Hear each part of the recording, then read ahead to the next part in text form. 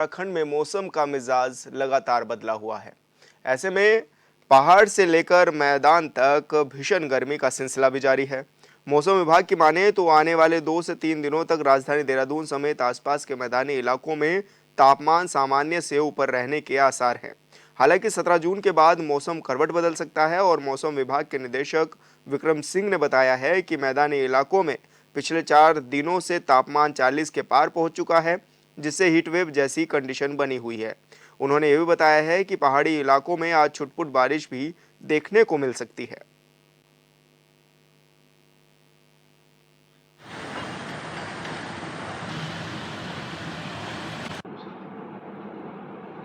और आप देख रहे हैं कि पिछले 11 तारीख से लेके अभी 3 से 4 दिन हो गए, जिसमें कि जो कंटिन्यूस जो हीट वेव या सीवियर हीट वेव कंडीशंस है वो हमको प्रदेश में मिल रही है, अनेक जगहों तक में मिल रही है। तापमान की अगर बात करें तो मैदानी क्षेत्रों में वो करीब जो 41 से 43 के बीच रह रहे हैं। इसी तरह हिल्स में देखें जो 2000 मीटर या उसके आसपास के क्षेत्र हैं, तो वहाँ पर भी 30 से लेकर 32 तक, जो 32 तक जो है 32 के बीच जो है वो टेम्परेचर मिल रहे हैं। तो ये स्थिति बनी हुई है, तो कंटिन्यूस है, 3 से 4 दिन हो गए हैं और आगे भी आज और कल इसके जो है 2 दिन अभी ऐसा लग रहा कि ऐसी स्थिति बनी हुई रहेगी। तो आप ये कह सकते हैं जो हीट वेव कंडीशन है आज 14 में और कल 15 तक भी जो है रहने वाली है। लेकिन साथ में ये भी दिख रहा है कि जो थंडरस्टॉर्म एक्टिविटी है, रेन की एक्टिविटी है, अंदर के डिस्ट्रिक्ट में अब कुछ मिल। और संवाददाता हिमांशु गौड़ हमारे साथ लाइव जुड़ चुके हैं। हिमांशु, पहाड़ से लेकर मैदान तक जिस तरह से आग बरस रही है और ऐसे में मौसम विभाग का भी कहना है कि हीटवेव भी लगातार जारी है, क्या माने कब तक ये रहेगी और कब लोगों को निजात मिलती हुई नजर आएगी?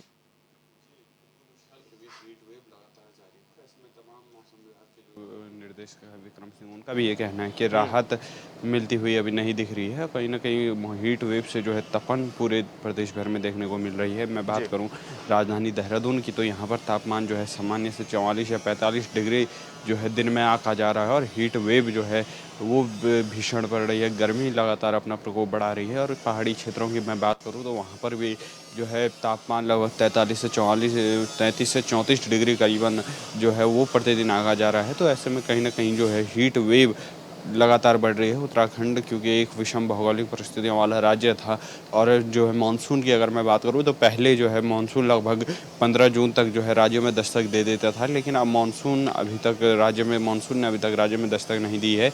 ये एक चिंताजनक विषय है उत्तराखंड के लिए। मौसम विज्ञान का भी ये कहना है कि 29 जून तक जो है यूपी में मानसून दस्तक देगा और 29 जून के बाद जो है राज्य के अन्य क्षेत्रों में जो है मानसून दस्तक देगा। तो ये कहीं ना कहीं देखा जा सकता है कि इस बार मानसून भी जो है राज्य में 15 से 16 दिन लेट पहुंचने के आसार हैं। तो ऐसे में तपती गर्मी जो है वो लगातार बढ़ रही है। प्रशासन लगातार लोगों से आग्रह कर रहा है कि अपने, चाहे स्वास्थ्य विभाग हो चाहे उत्तराखंड सरकार हो, लगातार लोगों से अपील कर रहे हैं कि आप अपने शरीर में तरलता की मात्रा बढ़ाए रखें, क्योंकि इस समय 4 धाम यात्रा अपने चरम पर है। तो जो बाहर से गर्म प्रदेशों से श्रद्धालु आ रहे हैं उनको भी यही गाइडलाइन जारी की गई है कि आप रुक रुक कर जो है 4 धाम यात्रा पड़ाव पर आगे बढ़ें। हिमांशु, क्या माने कि जिस तरह से बड़ी संख्या में उत्तराखंड में भी पर्यटक पहुंच रहे हैं, तीर्थयात्री पहुंच रहे हैं, तो उनको कब तक राहत मिल सकती है और ऐसे में मौसम विभाग क्या कह रहा है कि कितने दिन और इंतजार करना पड़ेगा जब बारिश का सिलसिला जारी हो जाएगा? जी बिल्कुल विशाल, क्योंकि 4 धाम यात्रा के साथ ही पर्यटन सीजन अपने चरम पर है और ऐसे में तमाम श्रद्धालु या पर्यटक जो है वो उत्तराखंड का रुख कर रहे हैं बड़ी संख्या में, चाहे ऋषिकेश हो, केदारनाथ हो, बद्रीनाथ हो।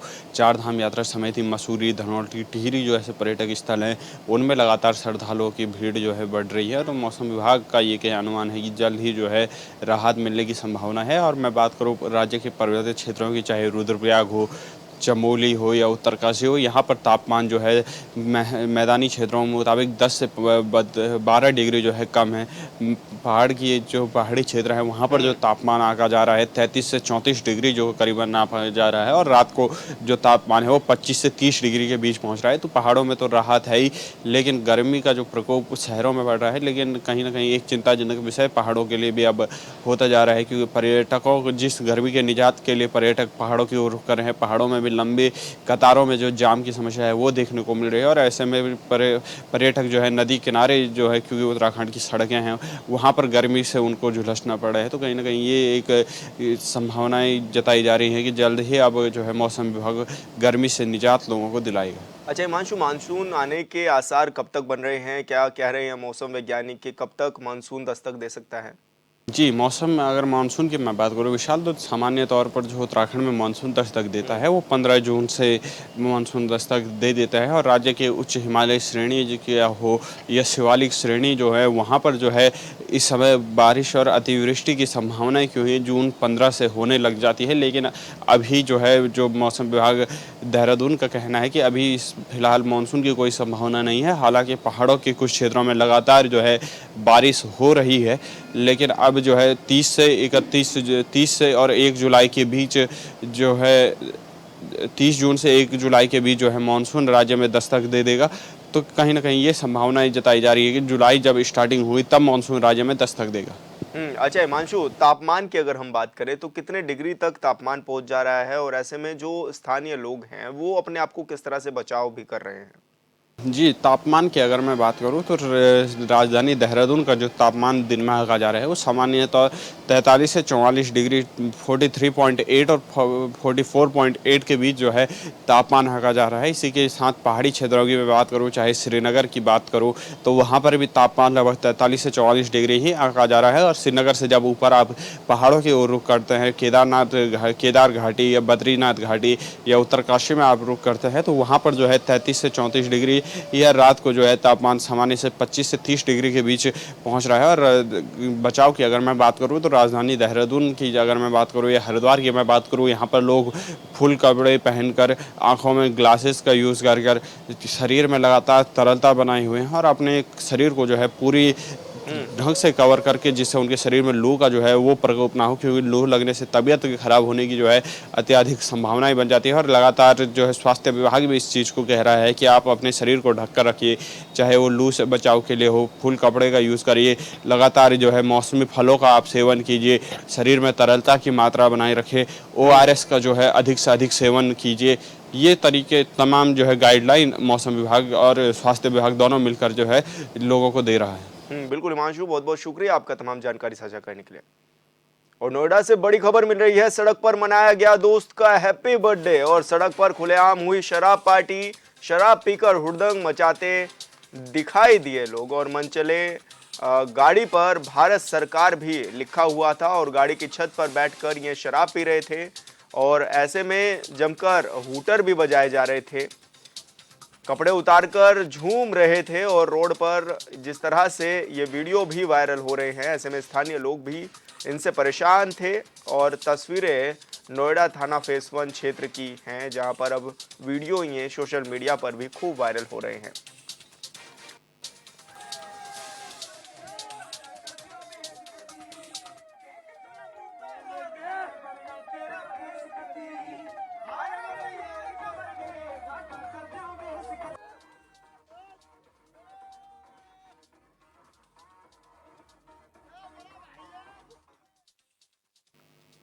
तो आपको बता दें कि ये नोएडा की तस्वीरें हैं जहां पर सड़क पर दोस्त का बर्थडे मनाया जा रहा था और बर्थडे भी आप देख सकते हैं कि किस तरह से खुलेआम सड़क पर रात के समय बीचों बीच हुड़दंग मचाते हुए युवक दिखाई दे रहे हैं वीडियोस में। और एक गाड़ी पे भारत सरकार भी लिखा हुआ था। ऐसे में जब यहाँ पर जो लोग ये पहुंचे थे और ऐसे में जब ये बर्थडे पार्टी कर रहे थे तो बहुत ही तेज आवाज में गाने भी चलाए हुए थे, जिससे स्थानीय लोगों को काफी परेशानियां भी हुई हैं। और ऐसे में कपड़े उतार कर देखा जा सकता है कि किस तरह से मस्ती करते हुए नजर आ रहे हैं।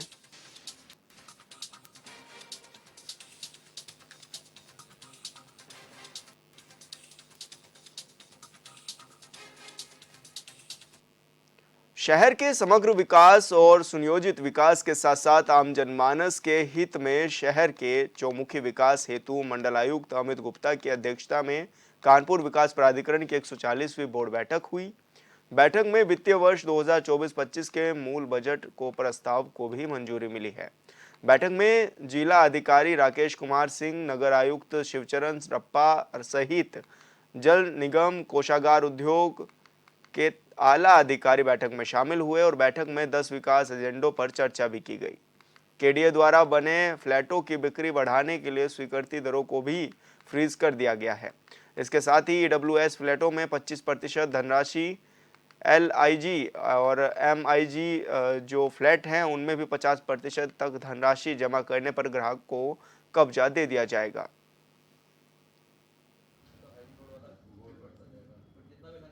आज 140वीं बोर्ड बैठक थी।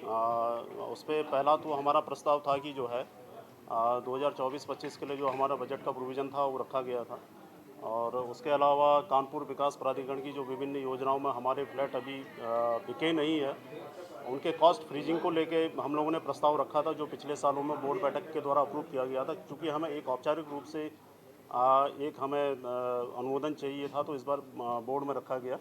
और तीसरा बिंदु ये था कि जो फ्लैट्स खाली है और उन फ्लैटों को जब बेचने के लिए जाते हैं तो ईडब्ल्यूएस पे विशेष तौर पे जो 25% का एक स्लैब निर्धारित किया गया है, अगर वो 25% धनराशि हमें जमा कर देता तो हम उसको कब्जे के साथ उसको जो है दे देंगे, ताकि उस पर जो वित्तीय वर्डन होता है उससे उसको निजात दिलाया जा सके। और इसके अलावा कुछ हमारे मास्टर प्लान 2031 की तैयारी के संबंध में 3-4 प्रस्ताव थे। जो एक तो आपका जो अभी चर्चा हुई थी कि जो रिवर फ्रंट वाला एक पोर्शन था उसको चेंज करने का एक प्रस्ताव था, और इसके अलावा और तलपट मानचित्रों में जो कुछ आंशिक संशोधन होने थे जो हो गए थे, एक बोर्ड की औपचारिक अनुमोदन के लिए रखा गया था, जिसे बोर्ड द्वारा स्वीकृत किया गया है। और इसके अलावा कानपुर बोट क्लब में फ्लोटिंग रेस्टोरेंट और क्रूज की स्थापना के कार्य किए जाने हैं, जिसके लिए यहाँ बोर्ड के सामने प्रस्ताव रखा गया था, जिसे बोर्ड द्वारा शहर से स्वीकृति दी। कानपुर के एक वकील मनोज कुमार दीक्षित ने मशहूर गतावाचक पंडित प्रदीप मिश्रा पर कानपुर न्यायालय में एक मुकदमा दर्ज कराया है, जिसका आधार उनका एक वीडियो है। इन वीडियो में पंडित प्रदीप मिश्रा ने मां राधा रानी के जन्मस्थल और विवाह के संबंध में जो कहा है, उससे करोड़ों हिंदुओं की आस्था को ठेस पहुंची है। शिव पुराण कथावाचक पंडित प्रदीप मिश्रा ने हमारी आद्य शक्ति कृष्ण की आराधनी भगवती राधा रानी के ऊपर अशोभनीय टिप्पणी की थी। इन्होंने कहा कि राधा रानी के पति कृष्ण नहीं है, राधा रानी के पति का नाम अनय घोष है। तो क्या संपूर्ण विश्व के जितने भी राधा कृष्ण मंदिर हैं, भगवान कृष्ण अनय घोष की पत्नी को लिए खड़े हैं? इसका मतलब संपूर्ण मंदिरों से राधा की मूर्ति हटा देनी चाहिए। क्या संदेश देना चाहते हैं ये? हम राधा रानी के बहुत परम भक्त हैं, हमें बड़ा कष्ट हुआ, मन बड़ा व्यथित हुआ। मैंने जो है इनके खिलाफ 153A, 295A और 298 IPC के तहत MM4 में परिवार डाला। कानपुर पुलिस ने लूट चोरी की घटनाओं को देखते हुए पुलिसिंग व्यवस्था को और दुरुस्त करने की ठान ली है, जहां पर पुलिस कमिश्नरेट की पश्चिम जोन के डीसीपी विजय ढुल ने एक टीम गठित करके मॉर्निंग वर्कर्स और अन्य लोगों की सुरक्षा को देखते हुए व्यवस्थाओं को और बेहतर बनाया है। इस संबंध में डीसीपी पश्चिम विजय ढुल ने मीडिया से बातचीत करते हुए बताया है कि पश्चिमी जोन पर हाल ही में लूट की घटना बढ़ रही थी। हालांकि पुलिस ने 48 घंटे में घटनाओं का नारावन भी किया है और मुठभेड़ के बाद कई आरोपियों को गिरफ्तार भी किया है। विगत समय में जनपद कानपुर के अलग अलग थाना क्षेत्रों में कई घटनाएं हुई हैं, जिनमें कई घटनाओं का अनावरण भी हो चुका है। अभी 2 दिवस पहले ही एक परिवार के साथ मध्य रात्रि के समय एक लूट की घटना हुई थी, जिसमें महिला गंभीर रूप से घायल हो गई थी। उसमें 2 व्यक्तियों को पुलिस मुठभेड़ के बाद गिरफ्तार किया गया और उनसे उनकी महिला का जो लूटी हुई संपत्ति थी वो भी बरामद हुई है। इसके अतिरिक्त अन्य घटनाओं में भी उनकी संलिप्तता थी, उसमें भी। उत्तर प्रदेश के रामपुर के मसवासी नगर पंचायत अध्यक्ष और बीजेपी नेता दिनेश गोयल सहित 70 से 80 लोगों के खिलाफ कोतवाली सवार में केस दर्ज किया गया है। इन लोगों पर नायब तहसीलदार के साथ मारपीट करने और जान से मारने की नीयत से हमला करने जैसे गंभीर आरोप भी हैं। एफआईआर खुद नायब तहसीलदार ने ही दर्ज कराई है। मामला स्वार के मसवासी इलाके का बताया जा रहा है, जहां पर एक डंपर की टक्कर से ई रिक्शा चालक के दोनों पैर कुचल दिए गए थे और इस घटना के बाद मसवासी नगर पंचायत अध्यक्ष दिनेश गोयल और उसके समर्थकों ने जमकर हंगामा किया और मुख्य मार्ग अवरुद्ध कर दिया। इस बीच बीजेपी नेता और नगर पंचायत अध्यक्ष दिनेश गोयल से नायब तहसीलदार की झड़प भी हो गई। आरोप है कि नगर पंचायत अध्यक्ष ने नायब तहसीलदार को गंदी गंदी गालियां भी दी। इसके साथ ही उनका कॉलर पकड़कर जान से मारने की धमकी भी दी।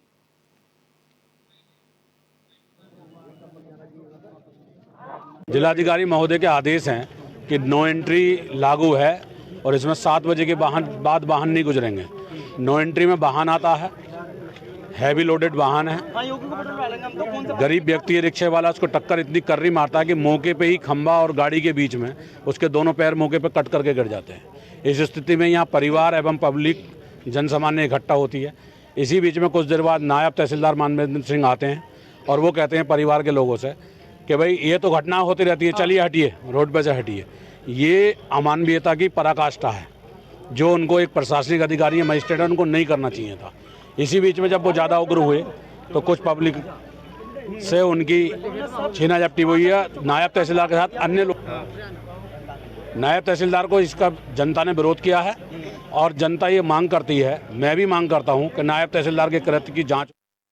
और संवाददाता फहीम खान हमारे साथ ज़्यादा जानकारी के साथ जुड़ चुके हैं। फहीम, किस तरह की ये घटनाएं हुई हैं और किस तरह से इनको देखा भी जा रहा है, क्योंकि जिस तरह कहा भी जा रहा है कि बीजेपी नेता हैं और साथ में जो तहसीलदार है उनकी झड़प भी हो गई है। जी बिल्कुल, देखिए मैं आपको बता दूं कि रामपुर के अंदर जो खनन के वाहन हैं वो बेतरतीब दौड़ते हैं और ये रामपुर का जो स्वार है वो ये एक ऐसी जगह हो गई है जहां हजारों डंपर ट्रक के रेत और बजरी से भरे हुए निकलते हैं, ओवरलोडेड होते हैं और इनको पहुंचने की इतनी जल्दी होती है कि इनके पास टाइम होता है। इन्हें चोरी से 2-2, 3-3 चक्कर एक रवल्टी पे लगाने होते हैं। तो ये अपने उस डंपर को इतनी बुरी तरह से भगाते हैं कि इनके सामने जो भी आता है उसे कुचलते हुए और मारते चले जाते हैं। इस तरह की सैकड़ों मौतें अब तक हो चुकी हैं, लेकिन प्रशासन बिल्कुल इस तरफ ध्यान नहीं देता। जिलाधिकारी ने एक आदेश जारी किया है अभी कि 7 बजे से 8 बजे तक रात को कोई भी वाहन भारी नहीं चलेगा। उसके बावजूद ये भारी वाहन चल रहे थे। ये भारी वाहन इस तरतीब से चल रहे हैं कि कहीं ना कहीं जो है वो प्रशासन की ढील है और मिली भगत भी है।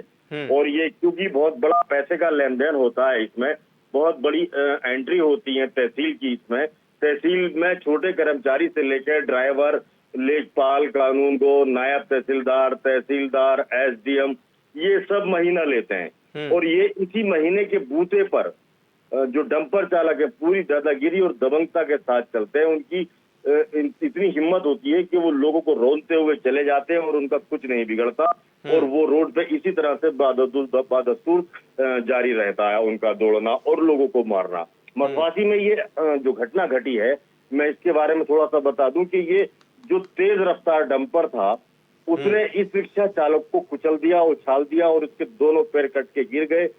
परिजन इकट्ठे हो गए, भीड़ इकट्ठी हो गई और उसके बाद में वो जाम लगा के बैठ गए। तो वहां भीड़ में जैसे ये नायब तहसीलदार पहुंचे हैं, इनकी बात से लोग आक्रोशित हो गए और उसके बाद में उन्होंने भीड़ की शक्ल में इकट्ठा होकर इन पे हमला कर दिया, मारपीट की, गाली गलौज की, कपड़े भी फाड़े। इन्होंने जान बचाई अपनी, भाग के घर में छुप कर। तो जिस तरह से ये मजिस्ट्रेट हैं, ये पहली बार इनके साथ पीटने की बात नहीं हुई है। इससे पहले भी जो खनन माफिया हैं उन लोगों ने गोलीबारी की है कई बार और गोलीबारी से गाड़ियां टूटी हैं मजिस्ट्रेटों की। उसके बावजूद भी यहाँ वो काला धंधा आज भी बदस्तूर जारी है और उस काले धंधे से अरबों रुपया इनको कमीशन के रूप में और महीने के रूप में मिलता है, रिश्वत के रूप में मिलता है। तो ये उसे रोकना भी नहीं चाहते। जिस तरह से आदेश थे जिलाधिकारी के, इस तरह से अगर इन वाहनों को रोका जाता तो ये लोगों की जो मौतें हो रही हैं, जिस दिन की ये घटना है विशाल, उस दिन 3 मौतें हुई और तीनों डंपर से हुई और डंपरों ने लोगों को कुचल के मार दिया। तो लोगों का भीड़ का आक्रोशित होना तो लाजमी था। उन्होंने जिस तरह से नायब तहसीलदार मानवेंद्र सिंह के साथ मारपीट की, गाली गलौज की, उनके कपड़े फाड़ दिए, तो ये सब उसके साथ में पुलिस भी मौजूद थी। इसके बाद में नायब तहसीलदार ने 2 दिन बाद पुलिस को तहरीर देके ये कहा है कि वो बहुत टेंशन में थे, बहुत ज्यादा परेशान और चिंता में थे, वो घर से बाहर नहीं निकले।